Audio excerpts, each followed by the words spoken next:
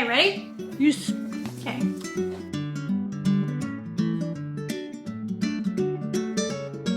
Hi everybody, welcome back to CostuMoms. This is episode 12, and today we're going to be doing something super embarrassing and talking about our most embarrassing costuming moments. But first, I'm still Cait, this is still Amber, and how you doing? I'm doing good. I just got done with a massage thing. So this is my second massage since quarantine began. It was very nice, still very weird and awkward, and mask etiquette during massages is weird. Yeah. So, because they're fully masked, but I don't know. When you're in there and they're like, hey, can you move the elastic? Like, so she could work on my... It was just like, it was less relaxing at the beginning because there was a lot of maneuvering. But, yeah, I don't know. I'm feeling good. Like... Good. Feel good. That's the goal. Good. Not good here, but I feel good here.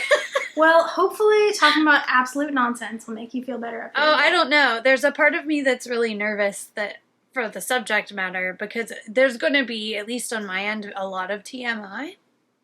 Sorry, people. That, I love you, but that's seriously tracks. You know. It's true. Yeah. Yeah. But anyway, how are you doing? Fine. You know, that phrase that I like is pandemic fine. Okay, yeah. You know, I'm fine. But I've got a restock in 2 or 3 days. I don't know what day it is. Yeah. Which means lots and lots of rectangle cutting. Of many different fabrics. I thought I was done today. I cut my last one. I was like, yes! And then I realized I had an entire other kit to cut still. Okay. And so for mine, there's like a back piece, there's a lining, there's 4 pockets, there's an end piece. Some of the pockets have lining sometimes, and then there's like the binding, and it's a lot. Okay. A lot of rectangles. So as much as I love seeing them all compiled into a little kit and all tidy, the actual cutting of rectangles after a while gets to be a lot.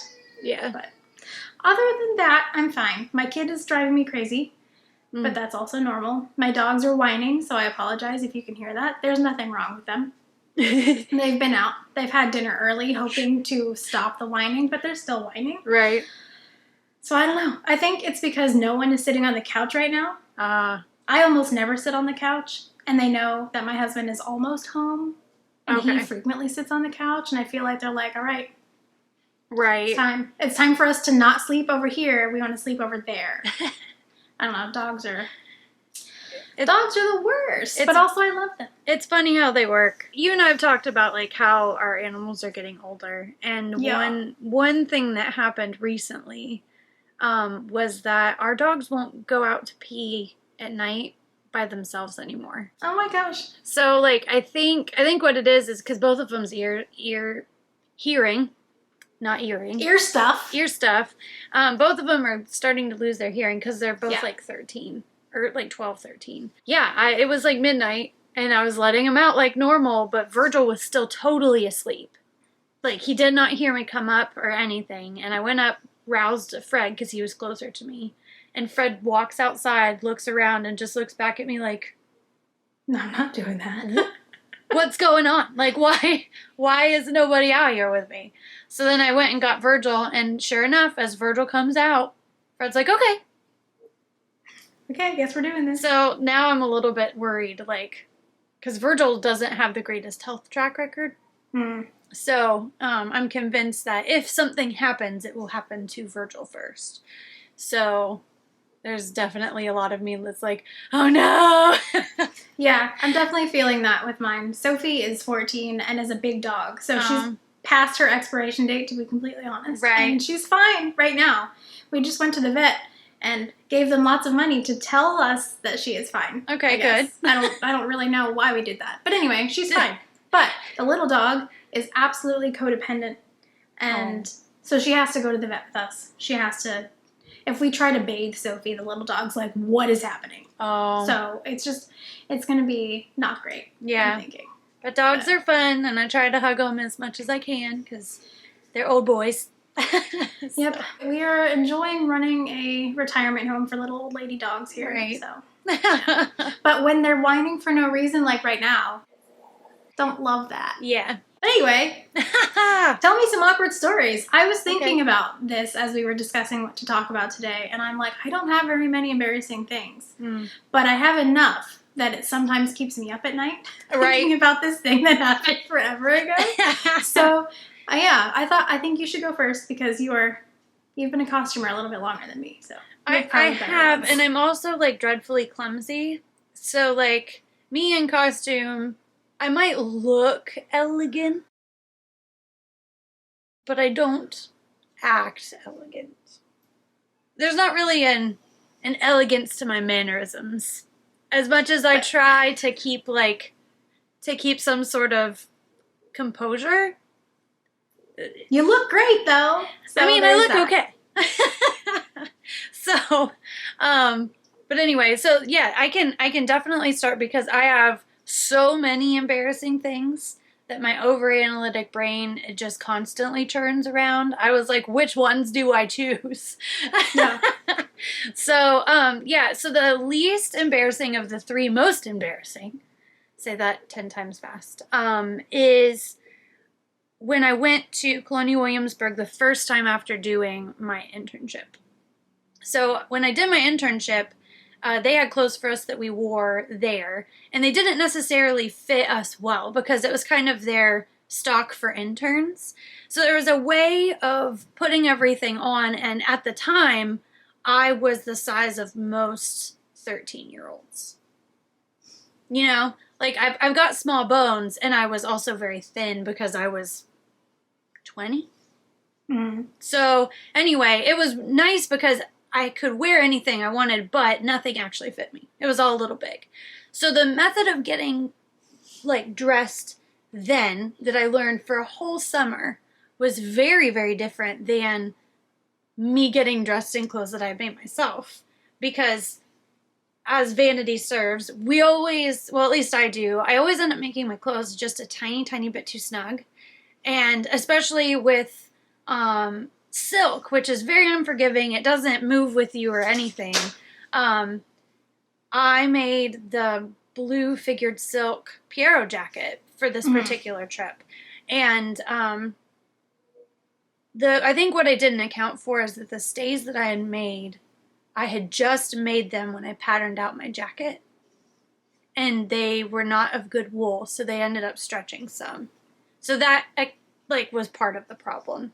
But anyway, we're getting ready for the stroll that we were going to do because we had a day where we were all going to get dressed up and take fun pictures and do the promenade stuff. And I'm usually very late, and so when I was getting myself ready, at the end everybody's like, we're ready to go, and I still didn't have my jacket on. So I put on my jacket real quick, and I'm like trying to pin myself in, and it's just barely coming together.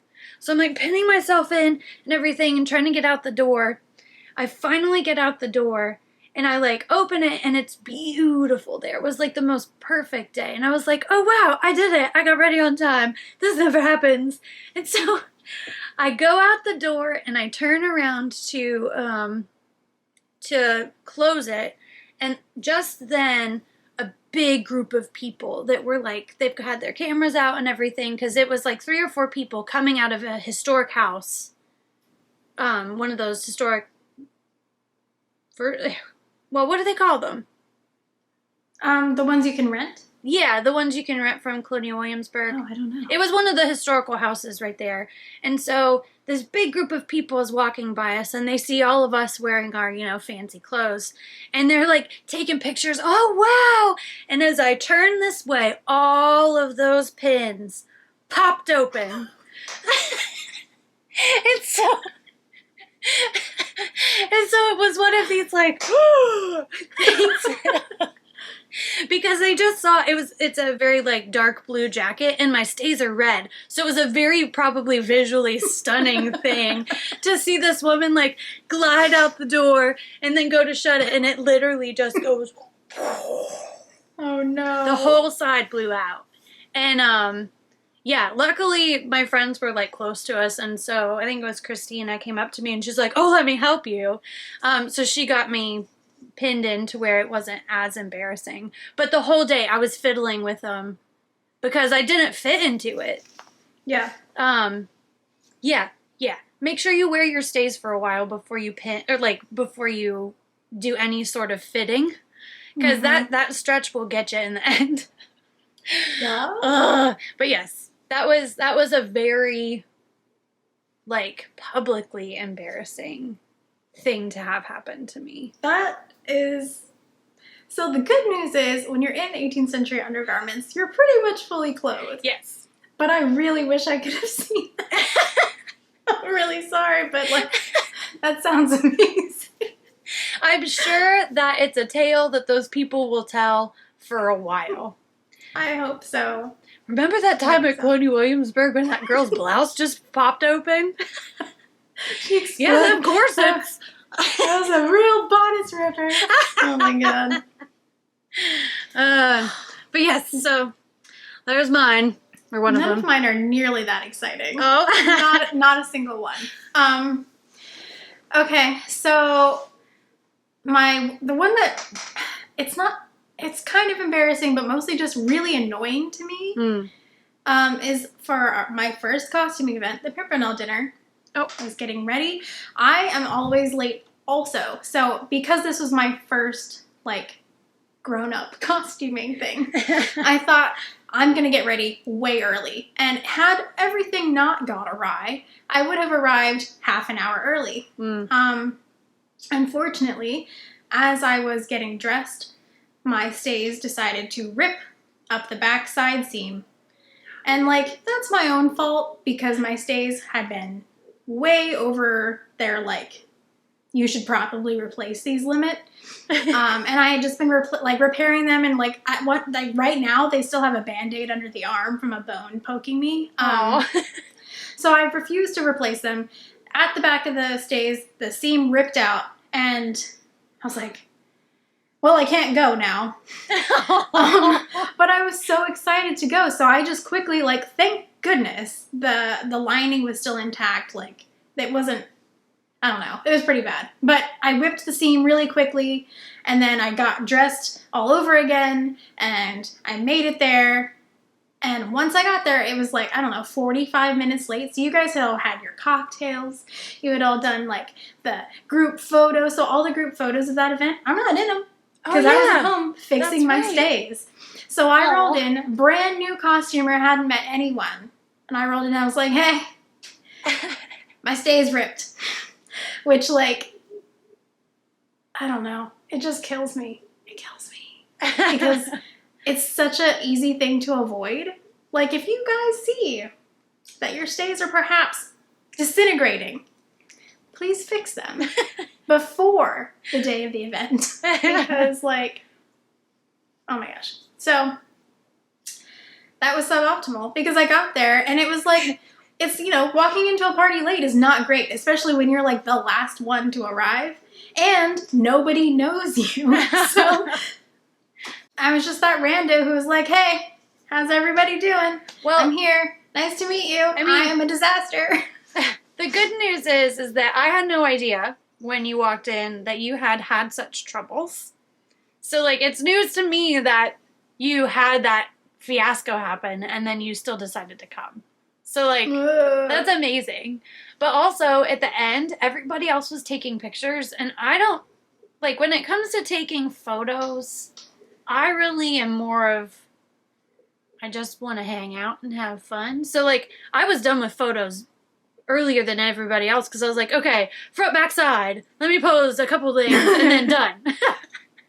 So, when you came in, it was kind of like, oh, we're, like, the only people inside here.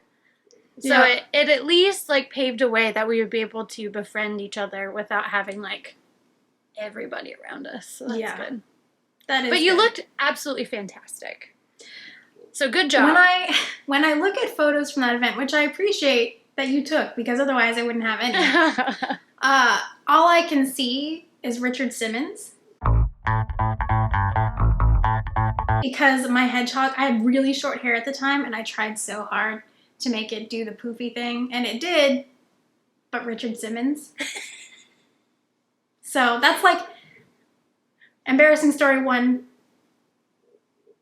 B, I guess, is that my hair looked absolutely horrible. But anyway, embarrassing story number 2. So I used to be the LBC, or one of the LBCC shop girls. So I would go around to the events that were in like in Indiana and like Kentucky, west of Ohio, and Ohio, of course. I go to some of those events and basically man the till and take everybody's money for LBCC. And so we would get dressed every morning, and this is another case of us being late. I'm always late. I don't know why. I think that I get up too late and I need more time to wake up, but I refuse to acknowledge that in the morning. Mm-hmm. So anyway, we were getting me ready, and I only have backlacing stays. I've only ever had backlacing stays. So Alicia was putting me in, and this was another issue of like, I didn't look at my stuff before I took it, right? Mm-hmm. So she's lacing me up, and we get to where it's time to tighten, and my lacing strip just popped. No. And it popped in one spot that was like really, it was totally broken. Then the other one, it was like ragged. So we had I had to go and like get like from my tennis shoes. I had to get like other things to lace it. And so that was really embarrassing, but made more embarrassing because if you've ever been to a rendezvous or something like that, the way that camp etiquette is between person to person varies greatly when it comes to who thinks that your tent is open to the public. You know what I mean? And that was about the time, like right after my thing popped, somebody came into the tent, which was totally shut. There was no reason that anybody should have just opened the side. But yeah, they opened the fly thing, and they're like, "Oh, you guys getting dressed?" Yes, we are. Please go away. Oh my God. So yeah, here I'm scrambling because, you know, my boobs are out. At least I feel like my boobs are out, and I'm just like, ah! So that was one that was embarrassing on a me personal level because it was the first time I think that I had a problem that I wasn't prepared for. Because like at least with pinning the front, I know how to pin the front. I don't know what to do if I don't have another lacing tape. Yeah. So I ended up being laced with a ribbon, and with my shoes, my shoe laces. Yeah. So there was like 3 different lacings. And it was... oh man. I don't know if you said something about having extra tape or somewhere early on, someone that made a video said something about having extra stay lace. And that is so absolutely vital information. Like always bring a bodkin and some extra tape because inevitably if you're late, your stays are going to do that. Yeah. It happened to me at Costume College. It happened to me at every market probably that I've ever done. Where they just point pop. In the weekend. Yeah, well, because I'm ridiculous and I use the cotton instead of the linen because I like that it aesthetically looks better to me.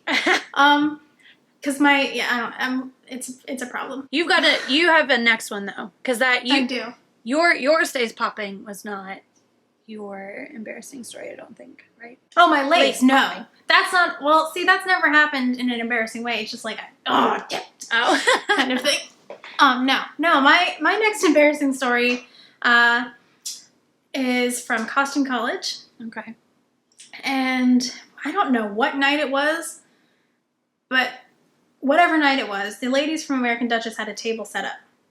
And they were signing books because they had just come out with their something very heavy just dropped upstairs. I hope it wasn't my kid. So anyway, American Duchess was set up. They were doing book signings. It was lovely. And I was following Amber around carrying her purse because she kept getting pictures taken. And Angela from Burnley and Trowbridge came over and talked to us, and we took a couple of pictures, and it was lovely. And she said something about the girls doing a book signing over there. And I was like, oh yeah, it'd be nice to meet them someday. That's all I had to say. There was no more. And she's like, oh, you haven't met them? And so Angela grabs, because she's very, I don't know if she's actually an extrovert, but She seems like one to me, like a hermit. So anyway, she grabbed my arm, she walked me over there, and she like interrupted whatever they were doing and was like, "Hi, this is Cait," and introduced me, and I'm just over here like dying inside because they don't care. Like, they don't know who I am. I'm just some random costumer. I think at the time of Costume College, I think I had like a handful of followers on Instagram. There's not a chance in hell they had ever seen me before. And so Angela's just like, "This is this person, and you should know her, blah, blah, blah." And I'm just like, "Ugh." So anyway, I wanted to crawl in a hole after that. Well, Costume College in and of itself is hard for introverts anyway. It really was. So I joke about carrying your purse, but I was happy doing that. Like, that was a perfect job for me. I needed nothing else. Like, the amount of people that were stopping you to take pictures, because I think you were wearing your chine that day. I'm not sure. I think it was the chine. I think it was the chine. More pictures were taken of me in the chine, where it was like 3 steps picture, 3 steps picture. So yeah, Costume College, not great for introverts. I was already having horrible imposter syndrome that entire weekend because I didn't know anybody at all. Yeah. I was a reenactor pretending to be a costumer at that point. Well, I think one thing that you and I kept talking about was just how, like, being away from our families for the first time by ourselves without the kids was kind of one of those weird, like, there's a weird anxiety that happens underneath everything, even if you don't feel it. At the end of the day, you're like, oh, maybe that is why I'm anxious. So that probably played into it too, because you were worried in like a subconscious way. I literally bought my child a watch that would track her location while I was gone. So probably you're right. I think that probably didn't help. But now she has a cool watch. She does have a cool watch. And she likes to send me poop emojis from it. Oh, nice. Yeah. Kids are great. They are. They're a joy and a treasure. Number 3. Okay, so this one is like extreme TMI. And if anybody is if you don't like hearing stuff about body hair, especially down there body hair, then we will put a timestamp on here so you can just skip to Cait's next one because it plays a big role. I have no idea what this story is, and I can't wait. So, my most embarrassing, I think it's probably the most embarrassing thing that's happened to me in general, was when I was at Gettysburg. And I went to the Gettysburg 150th. It's my first ever and really only ever, big reenactment. So, anyway, Gettysburg in the summer is, like, the worst place to be because you're, like, in the middle of this giant field under canvas tents. It's really, really hot, and there's no air movement at all. So, knowing that it was going to be, like, the worst Savannah weekend, because Savannah, Georgia, I despise the weather of. So, like, if I basically, like, comfortable, Savannah is the worst, and I call it kind of like the butthole of the U.S. just because it's like a swampy butthole. No offense to Savannah, but your weather sucks. It's beautiful, and I'm sure if I were to go in, like, January? The fall, yeah, I bet that it's gorgeous, and I bet that I wouldn't just want to leave. But anyway, so I knew that it was going to be at least almost as bad as that, and I was right. So knowing that, I decided to take my rattiest underwear, because if I had any issues when it comes to, sweating through them or whatever, I could just throw them away and I wouldn't care. And one of the pairs was this, like, lacy pair that was really comfortable, but it gotten, like, holes in it, and so I knew that I was going to throw it away anyway. But I wasn't thinking also when I took the underwear with me that other people would possibly see me in said underwear. So, totally not thinking about it. And at the end of the day, I'm getting undressed for whatever reason in our tent, and the lady that was with me was on the other end of our side of the tent, and she was just, like, very relaxed and just, like, you could tell that she was, like, ready for bed. so at ease. We're talking. It's a great time. And I whip off my chemise. And she just goes. And she looks at my crotch. And so the first thing that I think is like, oh no, I've started my period. And I didn't realize because I'm just like swampy gross. But then I look down and I can't believe I'm telling you guys this on the internet. But anyway, the holes were in such a spot that it looked like I had a rhino horn sticking out of the front of my underwear. And I don't remember after that what I did because I was so embarrassed. Did you black out? Well, I don't know if I just like turned around to like deal with stuff or if I laughed it off. Like, did I call attention to it? I have no idea because the act of me looking down and realizing what she was seeing was just like so mortifying that it's just gone.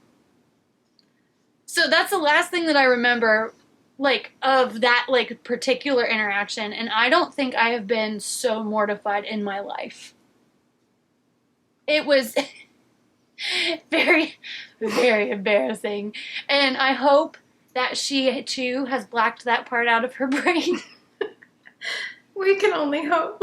Because that's not an impression I want to leave on anyone. Oh no. But have yeah. you come across her since then? I worked with her for a time, so yes. Yeah, we worked at the museum together, and that's actually why we were there. We were there on behalf of a museum group.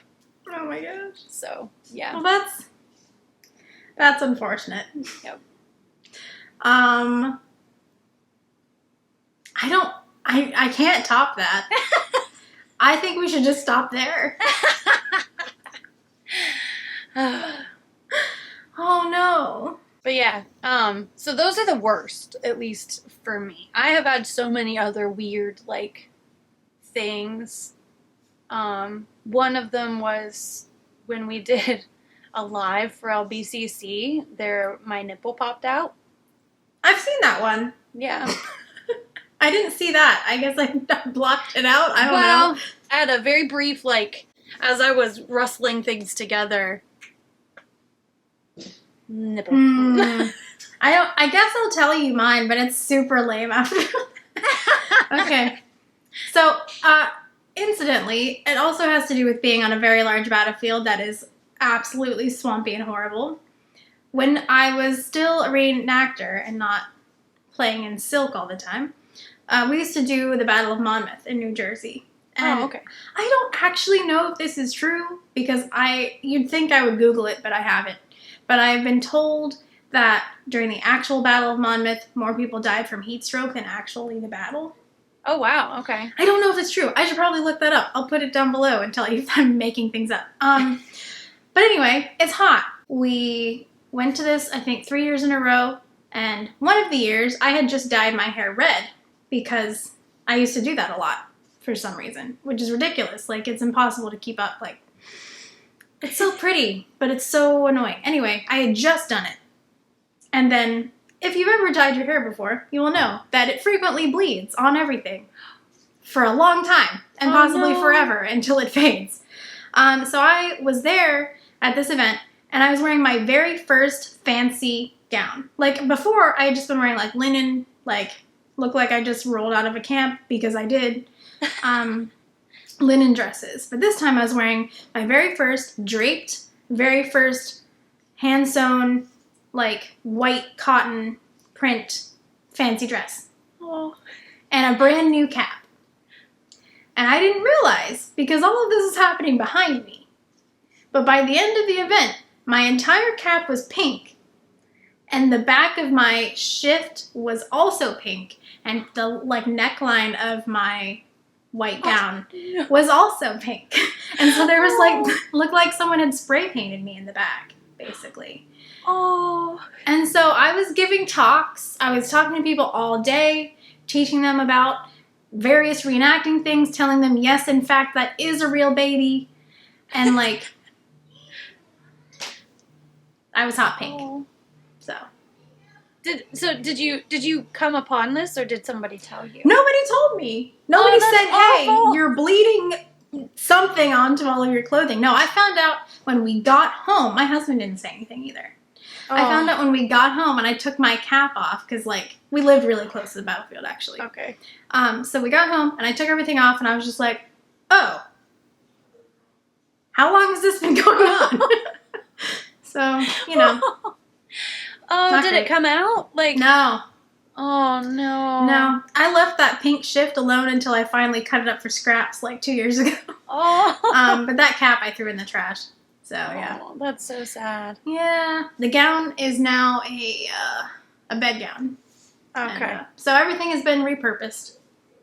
But there's a little bit of a pink tinge on one of the sleeves because of where I repurposed the fabric. So, yeah. Oh, that's so sad. So I feel like the embarrassing moments that are like they've already happened and you can't do anything about them are so annoying. And that's the thing that, like, I don't know, man. I still think about something that happened to me in 3rd grade though, so I'm the same way. Like, I'll sit at night and be like, oh, I remember when I said that. Why did I say that? Yeah. Yeah, like, totally mortifying. That's ridiculous. Someone was saying on Facebook the other day that they still think about all the people they didn't talk to at their wedding, like 10 years ago or something. I don't know. But I thought it was funny. And it's totally how it is. It is, but yeah. Part of the point of doing this, apart from just being ridiculous on camera for funsies, there's a child behind me, is that this does happen to everyone. Literally everyone, right? Like, I think everyone that... Hopefully none of you have, like, a pube disaster. Hopefully that doesn't happen to everyone. Please use caution when dressing in front of others if you're going to wear lacy underwear. Yes, don't do it if you're going to go to a reenactment. Mm-hmm. Just don't. Well, a lot of people don't even... I'm not even going to go there. So, for an inspiration recommendation today, I have something completely unrelated to costuming, unrelating to parenthood, unrelated to anything we have just talked about, but it makes me really happy. There's an Instagram account that I cannot remember the name of, but I will insert a couple of pictures here, and it's basically this, like, witchy, magical land that this person lives in. I mean, it's Instagram, so, like, you can't... It's for Instagram, I'm assuming. Or maybe they really are just, like, fae and they just do this. But basically, all of the videos and reels and things that they post are just, like, so aesthetically pleasing. There's tea, and there's botanical stuff, and they, like, do wax sealing on envelopes, and I could just sit there and watch it all day. And have. For a very long time. So, the name's kind of long, but I will put it on the screen somewhere, and you should definitely give it a check out. Give it a words. Give it a look or check it out. Or it's been a long day. It's Monday and I can tell. Well, thank you so much for sharing those magical stories with us. I will treasure in my soul the story of the Gettysburg underwear for the rest of my days. And I hope you will too, everybody at home. I hope you will too. If you like watching us be absolute disasters, please subscribe, give the video a thumbs up, and we'll see you again in 2 weeks.